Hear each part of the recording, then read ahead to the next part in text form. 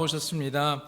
말씀을 듣는 귀한 자리에 나오신 우리 성도님들 또한 온라인으로 예배 드리신 성도님들에게 하나님의 은혜와 평강이 가득하기를 간절히 소망합니다. 네, 제가 지난번 성서 아카데미 때 왕과 선지자라는 제목으로 여러분과 함께 말씀을 나눴습니다. 그래서 왕정 시대와 선지자 시대에 대해서 좀 이야기를 나눴고요. 오늘은 사무엘을 통해서 선지자들의 임무에 대해서 좀 나눠보는 시간을 가지려고 합니다. 방금 화면에 나왔듯이 오늘 말씀 제목은 선지자의 임무는 무엇인가에 대해서 짧게 좀 알아보려고 합니다.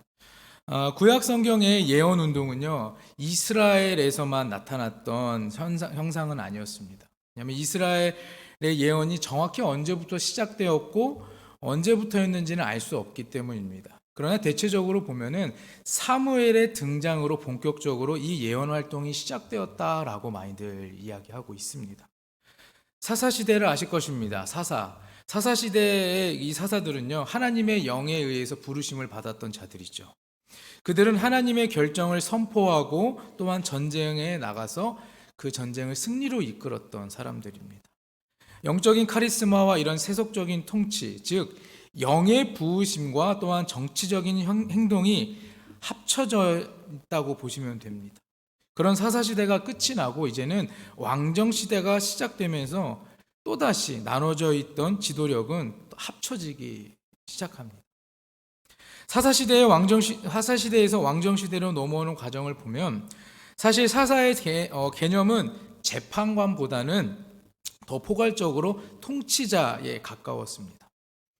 이 통치자는요, 다시 두 가지 기능을 담당하는데 하나는 카리스마적이고 종교적인 역할, 또 하나는 정치적이고 군사적인 역할을 가지고 있었습니다.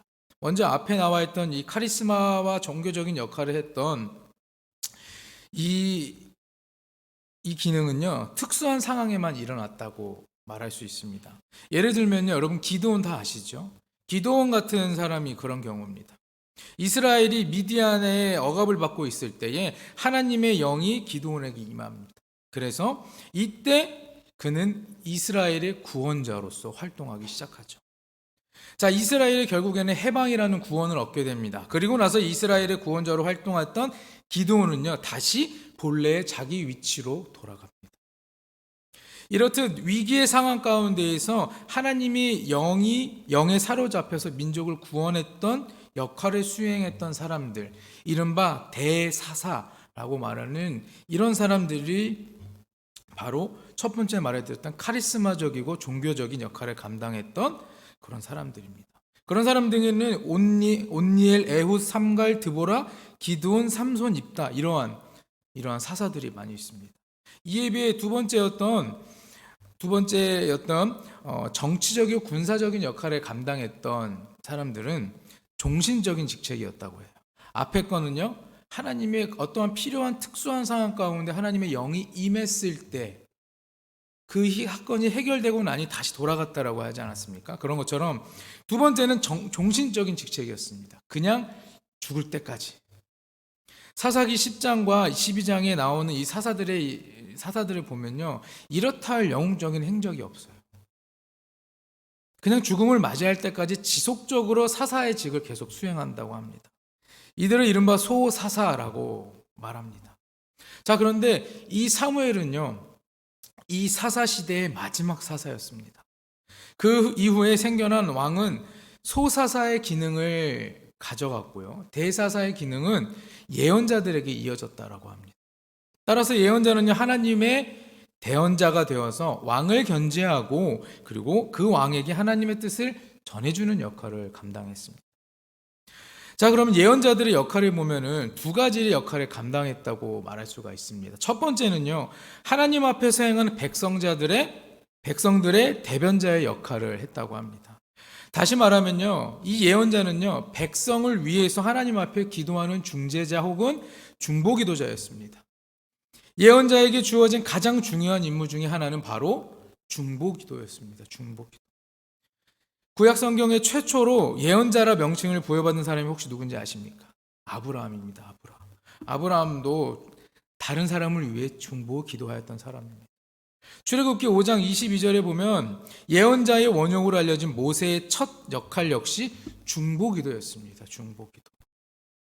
자, 예언자의 두 번째 역할은요, 백성 앞에서 행한 하나님의 대변자였습니다. 대변자. 예언자는요, 백성들에게 하나님의 뜻과 의지 또한 결정을 알리는 메신저의 역할을 감당하고 있었습니다. 이스라엘 백성들은요, 특별한 상황에서 하나님의 뜻을 깨닫기 위해서 예언자를 찾아가서 물어보아야만 했습니다. 사무엘상 9장 9절을 보면 옛적 이스라엘 사람들이 하나님께 가서 물으려 하면 말하기를 선견자에게 가자 하였으니, 이렇게 기록하고 있습니다. 예언자라 부르는 이것을 옛적에는 선견자라고 불렀다고 합니다. 이렇게 백성들은요, 선견자, 예언자에게 가서 물어보곤 했다고 하는 것이. 하나님은 예언자의 입에 자신의 말씀을 넣어서 이를 선포하도록 한 것입니다. 신명기 18장 18절에 보면 내가 그들의 형제 중에서 너와 같은 선지자 하나를 그들을 위하여 일으키고 내 말을 그 입에 두리니 내가 그에게 명령하는 것을 그가 무리에게 다 말하리라, 이렇게 기록하고 있습니다. 예언자는 하나님과 백성 사이에 있는 자로서 그의 첫 번째 역할은 아래에서 위로, 두 번째 역할은 위에서 아래로 향해 있다는 것입니다. 잘 보이실지 모르겠습니다.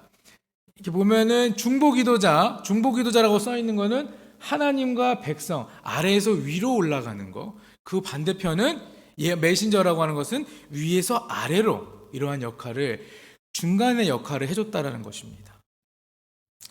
이 구약 성경은요, 사무엘에게 그렇다고 제사장이라는 명칭을 부여하지는 않습니다. 그러나 그의 출생으로 보면은 실로의 성소와 아주 긴밀한 관계를 갖고 있습니다.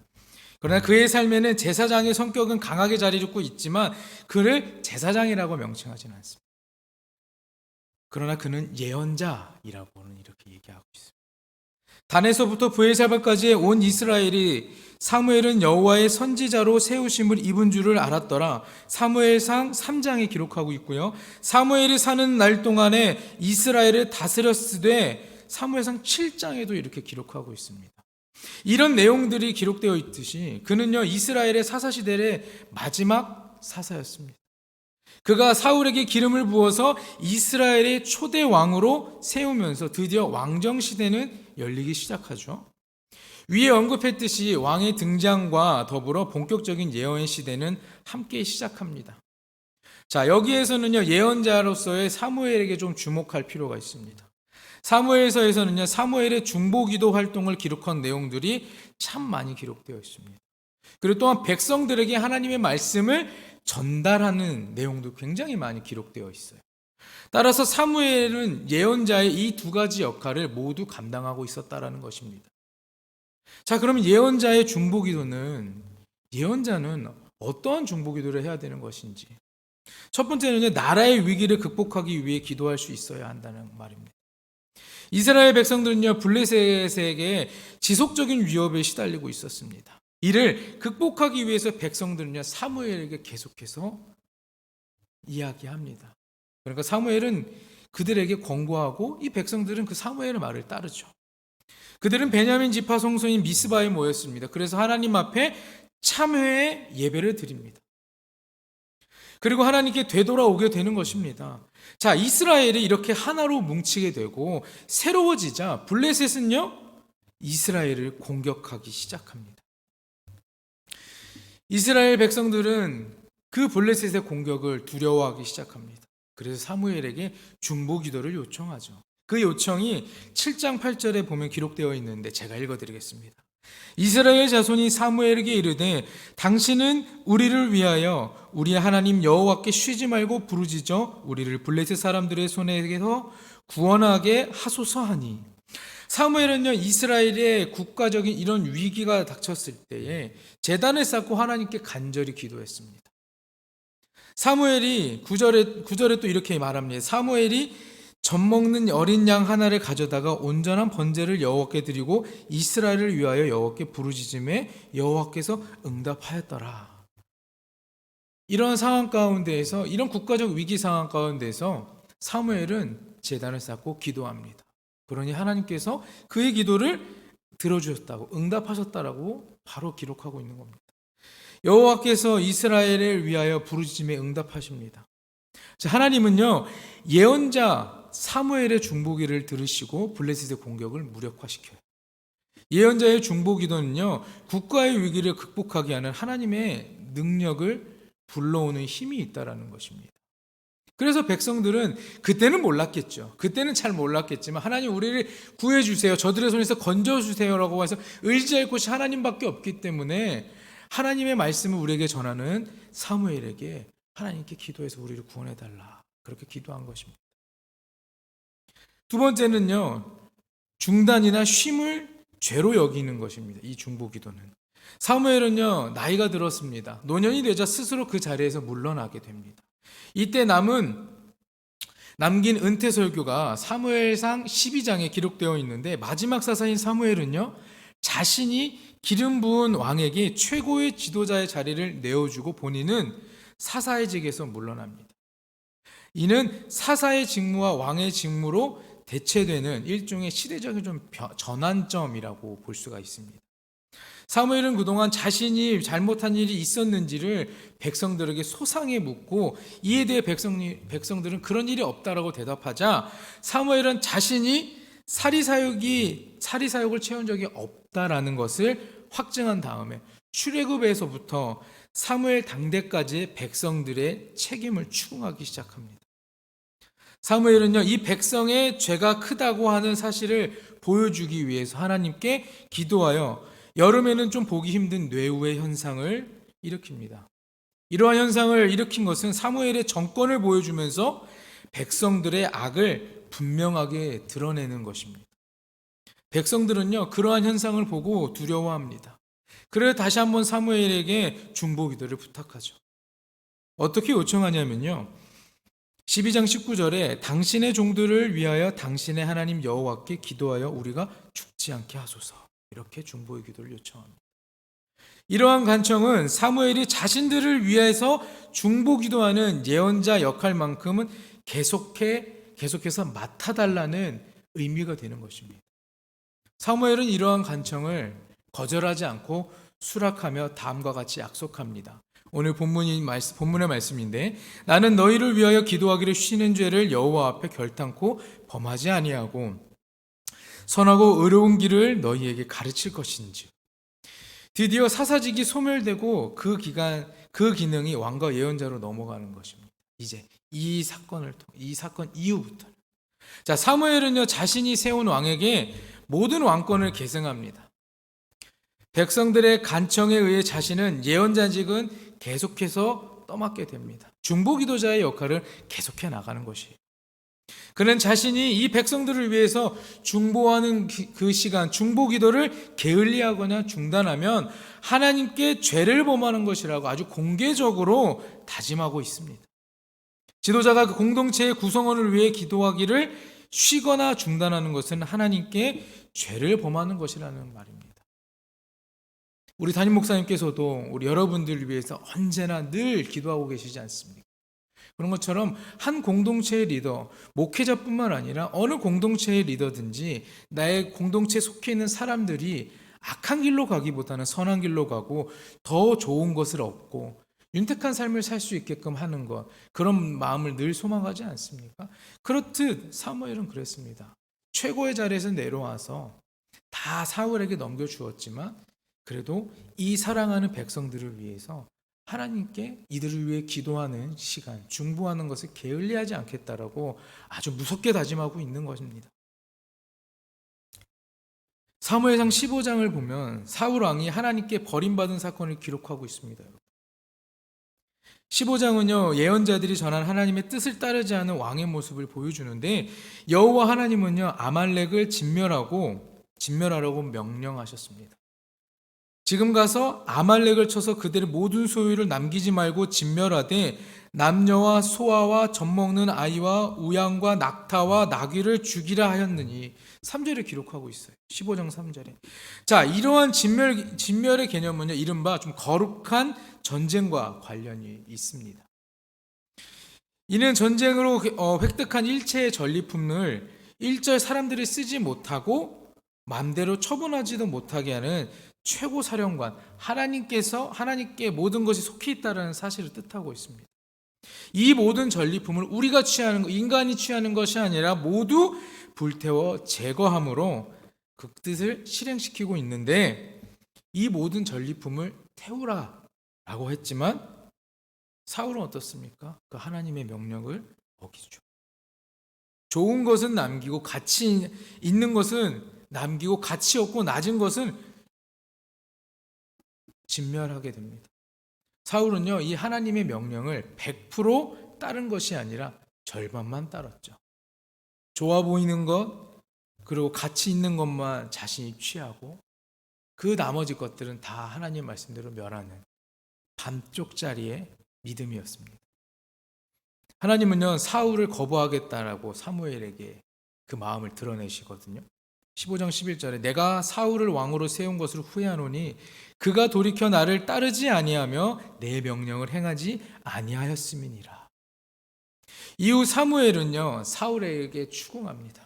이 추궁이 계속 이어지자 사울은요, 가장 좋은 짐승을 남긴 것은 나의 사리사욕을 위한 것이 아니다. 그것은 하나님께 제물로 바치려고 그렇게 한 것이다라고 변명하기 시작합니다. 사무엘은요, 이 말의 진실 여부를 문제 삼고 있는 것은 아닙니다. 다만 사울의 문제는 이 일에 대해서 제멋대로 판단한 권리가 문제였다라는 말입니다. 사울의 거듭되는 변명에 사무엘은요, 순종이 제사보다 낫고 듣는 것이 순양의 기름보다 낫다고 말합니다. 그렇게 말하며 하나님께 대한 불순종은 우상 숭배에 버금가는 죄라고 강력하게 말합니다. 이러한 죄 때문에 하나님께서 결국 사울을 버리시는 재앙이 선포되는 것이에요. 사무엘은 왕직에서 사울을 추방할 것이라는 하나님의 뜻을 처음 알게 되었을 때 개인적으로 이를 받아들이려고 하지는 않았습니다. 11절에 사무엘은 근심하며 온 밤을 여호와께 부르짖습니다 라고 기록하고 있어요. 그는 사울에게 임할 재앙을 돌이키기 위해서 자신에게 주어진 그 중보기도의 기능, 그 능력을 사용하고 동원합니다. 그러나 아무 소용이 없습니다. 이러한 몸부림은 사무엘이 사울의 고난에 상당할 정도로 인간적으로 동참하고 있음을 가리키고 있다는 말이에요. 사무엘은 사울의 불행한 운명에 대하여 계속해서 가슴 아파합니다. 중보기도는 기도의 대상과 공동체 운명체라는 기반 위에 행해지는 것입니다. 사무엘이 활동했던 시기부터 약 400년이 지난 후에 예언자 예레미야가 등장하는데, 그는 동족 유다의 죄로 말미암아 그들에게 내려진 하나님의 심판을 미리 간파하고 도래할 심판을 돌이키기 위해서 중보기도를 하려고 했습니다. 그러나 하나님에 의해서 그것을 거부당합니다. 그는 하나님을 돌이킬 수 없는 확고한 심판 의지만 다시 한번 확인하게 됩니다. 예레미야 15장에 보면 여호와께서 내게 이르시되 모세와 사무엘이 내 앞에 섰다 할지라도 내 마음은 이 백성을 향할 수 없나니 그들을 내 앞에서 쫓아내어 보내라. 여기에서 중보기도자의 대명사였던 모세 그리고 사무엘이 언급은 됩니다. 그러나 하나님이 그들의 중보기도만큼은 물리치지 않았던데, 이 모세와 사무엘 그들의 기도라고 할지라도 이미 때는 늦었다라는 것을 예레미야에게 말하고 있습니다. 이 사무엘의 중보기도가 모세와 같은 위대한 중보기도자의 반열에 오를 수 있었지만 이때만큼은 하나님께서 거부하셨다라는 말이에요. 여러분, 이 중보기도자의 역할, 우리가 함께 모여서 화요일마다 기도하고 있죠. 이 기도의 시간이 나의 개인적인 기도일 수도 있지만 함께 나와서 기도하시는 여러분들 아실 겁니다. 공동 기도 제목이 있고 또한 중보의 기도 제목이 있습니다. 이 중보의 기도에는 큰 역사가 있습니다. 단지 나만을 위한 것이 아니라 우리 교회를 위해, 이 나라, 이 민족을 위해 우리가 열심히 다해 기도하는 거지 않습니까? 과연 이 중보의 기도가 이 사무엘의 시대에서만 필요했을까요? 그렇지 않습니다. 지금도 필요한 것이고요. 미래에도 필요하고 후에도 필요하다라는 말입니다. 우리가 문제가 있을 때 하나님께 구하는 것은 너무나 당연한 것입니다. 그러나 하나님께 기도하고 나아가는 것에 있을 때 기준은 하나님의 말씀인 것입니다. 하나님께 순종하면서 그러면서 기도하며 나아가야 되는 것이지 내 멋대로 내 마음대로 하는 것은 아닌 것입니다. 그렇기 때문에 하나님이 이미 결정하시고 선택하신 것을 뒤집을 수 없는 그러한 상황도 우리는 오늘 말씀을 통해 알 수도 있는 것입니다. 여러분, 예언자의 두 번째 역할이 뭐였죠? 메시지의 전달의 역할이었습니다. 메신저의 역할이었습니다. 백성들이 듣지 않아도 선포해야 하는 메시지가 있습니다. 사무엘을 늙어서 그의 아들들이 사사직을 계승했습니다. 그들은 아버지와는 달리 이 사사의 직을 굉장히 남용했던 자들이에요. 이스라엘 장로들이 라마에 모여서 사무엘은 늙었고 그의 아들들의 행위는 바르지 않다라는 이유로 우리도 주변국들처럼 왕을 요구합니다. 사무엘은 이러한 제안이 기쁘지는 않았습니다. 그러나 왕을 세우고 싶어하는 그들의 마음을 어느 정도는 또 이해하고 정당하게 생각합니다. 8장 20절에 보면 우리도 다른 나라들 같이 되어 우리의 왕이 우리를 다스리며 우리 앞에 나가서 우리의 싸움을 싸워야 할 것입니다. 이렇게 말합니다. 그러나 사무엘의 반대는 이러한 현실적인 측면이 아니었습니다. 제가 지난번 설교 때도 말씀을 드렸지만 신학적인 이유로 비롯된 것인데 왕의 요구는 그들의 실질적인 왕이신 여호와 하나님의 왕권을 거부하고 있는 것이기 때문입니다. 그들이 너희를 버림이 아니요 나를 버려 자기의 왕이 되지 못하게 함이라. 신적인 왕이 아닌 인간적인 이 땅에 있는 왕을 요구한 것입니다. 따라서 사무엘의 반대는요, 하나님의 도우심보다 인간의 힘을 더 의지하려고 하는 그런 백성들의 그 마음, 그 심리적인 상태를 경고하고 또한 경계하고 있던 것입니다. 사무엘은 하나님의 뜻을 알기 위해 계속해서 끊임없이 기도합니다. 이는 자신의 입장이 없지는 않지만 예언자로서 자신의 뜻대로만 사는 자가 아니라 하나님의 뜻을 받아들이고 사는 자라는 것을 다시 한번 보여주는 것입니다. 하지만 하나님의 대답은 어떻습니까? 뜻밖이었죠. 하나님은 그들의 말을 들어 왕을 세우라고 무려 3번이나 말씀하십니다. 8장 7절과 9절과 12절에 걸쳐서 말씀하십니다. 그리고 왕권 제도가 가져올 폐해들의 소상히 알려줄 것을 사무엘에게 명령하세요. 사무엘의 그 메신저의 전달은 그날에 너희가 너희 택한 왕으로 인하여 부르짖되 그날에 여호와께서 너에게 응답하지 아니하시리라. 이제 인간의 왕, 땅의 왕을 요구해서 왕을 세워주니 하나님께 아무리 부르짖어도 하나님께서 너희 기도에 응답하지 않겠다라는 것입니다. 그러나 하나님이 사무엘을 통해 무슨 말씀을 내려도 백성들은 전혀 듣지 않았습니다. 방금 전의 말씀처럼 우리가 부르짖어도 하나님이 우리의 기도를 듣지 않으시고 응답하지 않으신다라고 했을 때 우리는 어떻겠습니까?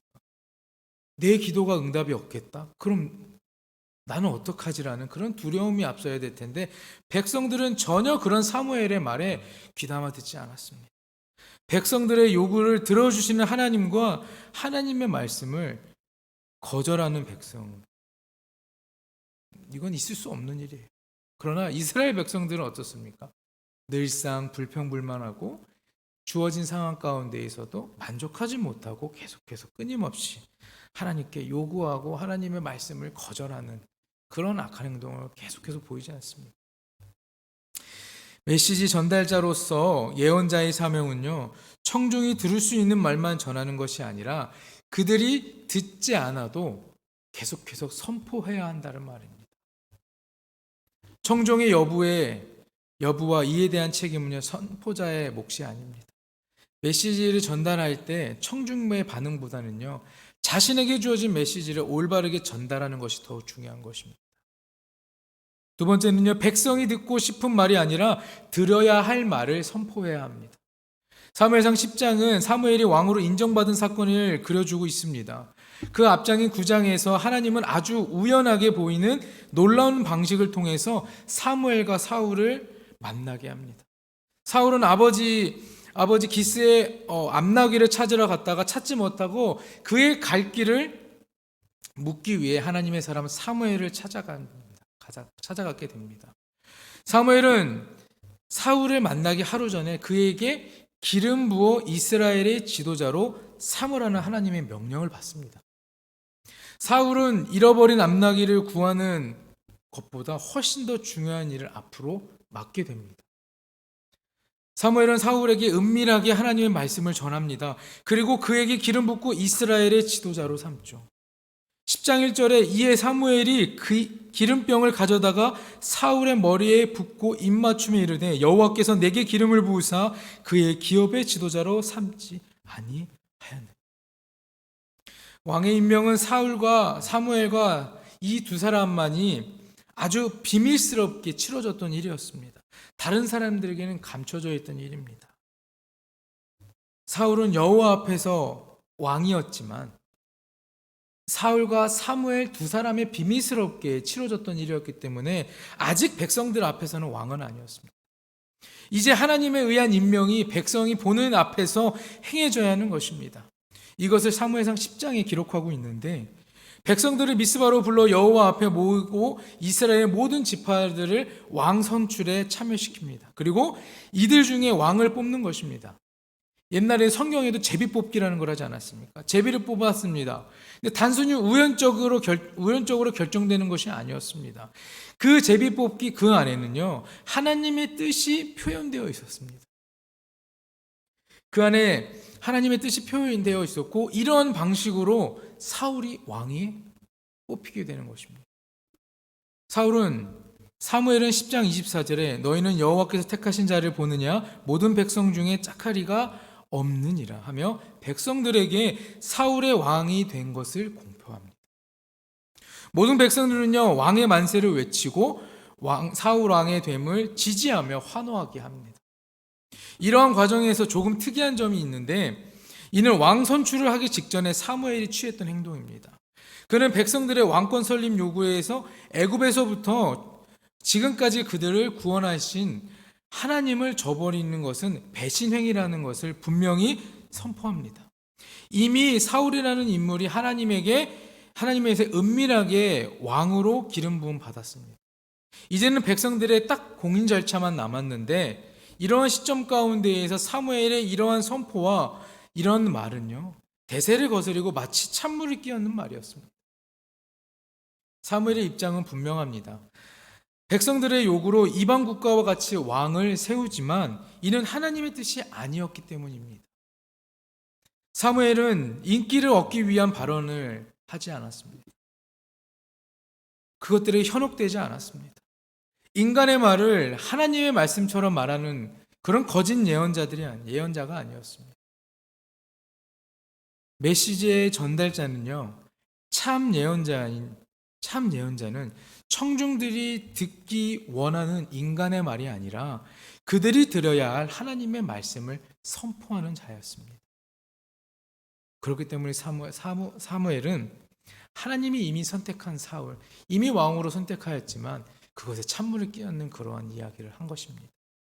마지막으로 이 예언자의 역할은요, 최고의 권력자에게도 잘못을 지적할 수 있어야 합니다.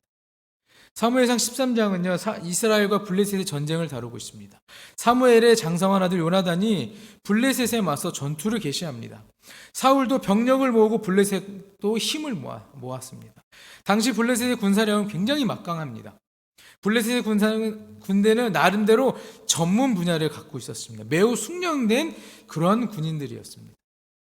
블레셋 사람들이 이스라엘과 싸우려 하여 모였는데 병거가 3만이요 마병이 6천이요 백성은 해변에 모래같이 많다라고 13장에 기록합니다. 자, 이에 비해서 이스라엘은 어떻습니까? 농부들로 구성된 이스라엘은 이 블레셋과는 상대가 될 수 없었습니다. 이스라엘 군대는 질적인 면에 말할 것도 없고요, 수적인 면에서도 굉장히 상대가 되지 않았습니다. 따라서 이스라엘 백성들은요 은신처로 도망가고 그들 중에 일부는요 아예 위험이 직접적으로 미치지 않는 다른 지역으로 피신하기까지 합니다. 사울의 소집에 응한 이스라엘 군인들도 적 앞에서는 무서워 떨고 있었습니다.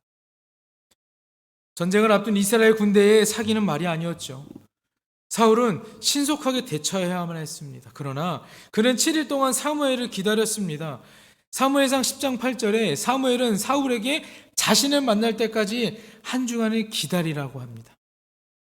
이러한 요청은 사울에게 아무리 급한 상황이라도 자기 의지대로 따라서 행동하지 말고 사무엘을 통해 전달되는 하나님의 뜻에 모든 것을 맡기라는 명령입니다. 그런데 일주일이 지나도 사무엘이 오지 않자 군인들은 두려워 떨고 있었고 하나둘 사울을 떠나가기 시작합니다. 그래서 사울은 기다리지 못하고 화목제물을 가져오게 하여 번제를 드립니다. 바로 그때 사무엘은 도착하고 그는 사무엘이 한 일을 추궁하기 시작합니다. 어떻게 보면 사울의 변명도 일리가 있어 보입니다. 그러나 그의 변명에도 암시되어 있듯이 사울 자신도 스스로 제사 드린 것은 불법인 것을, 그가 관여해서는 안 되는 일이고 제사장의 임무였다는 것을, 침범한 것을 그는 느끼고 있었습니다. 이스라엘 사람들은요, 고대 근동의 관습에 따라서 전쟁에 나가기 전에 하나님께 제사를 드렸습니다. 그래서 하나님께 허락을 구한 것입니다. 그런데 이런 일을 전투의 우두머리 대장이었던 왕이 아닌 제사장의 일이었다라는 것입니다. 그 제사장의 일을 제사장이 사무엘이 없다 하여 사울이 기다리지 못하고 번제를 드려버린 것이죠.